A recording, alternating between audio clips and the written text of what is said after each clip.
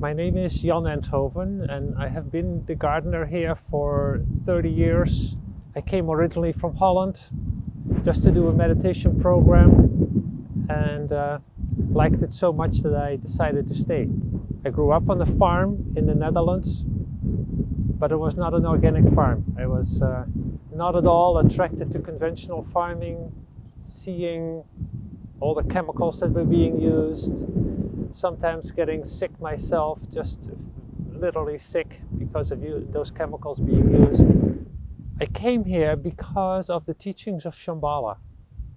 My inspiration since I was very young was that there should be spirituality that is not confined to the orthodoxy, but the spirituality I was interested in was being able to work in the world and feel the sacredness of my environment.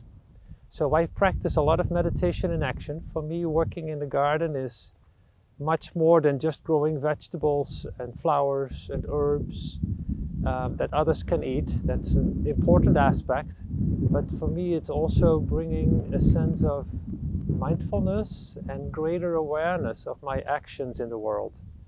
In Shambhala, we talk about dralas. And dralas are the energies that are often not directly visible, but you can feel it. That are in the environment, that are also in our own body, speech, and mind. But when we connect and can communicate with those energies, we can bring out the sacredness of our environment and also the sacredness of ourselves and all sentient beings. To give you an example, today is a very windy day here, and it reminded me we have this local farm near here that has had many farmers, dairy farmers, that tried and that all one after the other failed at that farm. That particular farm is a really beautiful farm visually, has been in many calendars. Year after year they will go there and shoot some beautiful photos, and you see this beautiful farm and a beautiful background. And yet, time and again, when every farmer who tries to farm there, they cannot make it.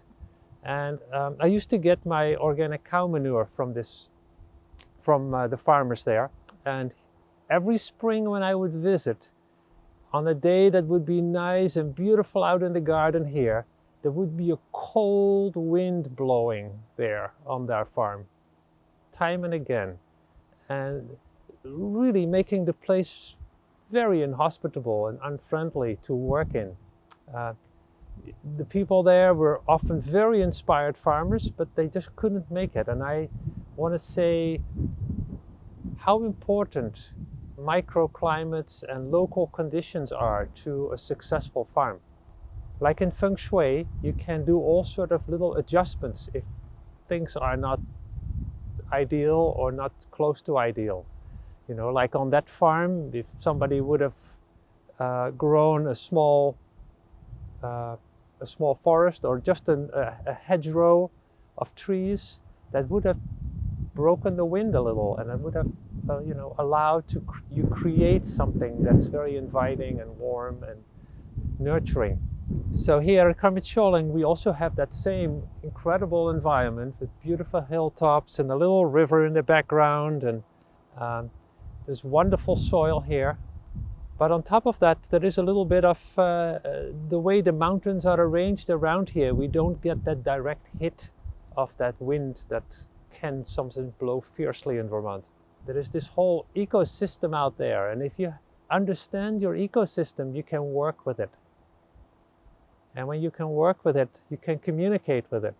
So in the last 3-4 years, there's been a shift for myself, and there's also a great nationwide shift from organic to regenerative gardening. There is something that organic farming was unable to do, and that is change farming worldwide by all farmers. And regenerative farming, in my feeling and opinion, could shift agriculture all over the world in a very positive way. So a farmer doesn't have to become an organic farmer in order to really benefit the planet. So we live in a time when there is tremendous, we think the great threat is COVID right now, but maybe the greater threat is climate change. And farming has contributed to climate change and could actually be a factor that could mitigate and could actually reverse climate change. And it would do that by bringing lots and lots of carbon in the soil.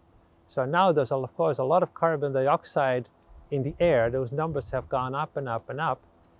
But through growing cover crops and through certain practices with animals called rotational grazing, you're able to vastly increase the amount of carbon into the soil. And carbon is key to stabilize, both make the soil healthier and stabilize the climate. Gardening is never easy. Anyone who tells you that gardening is just relaxation, well, I don't know. It's more than relaxation. There are real challenges and there are real hardships and disappointments.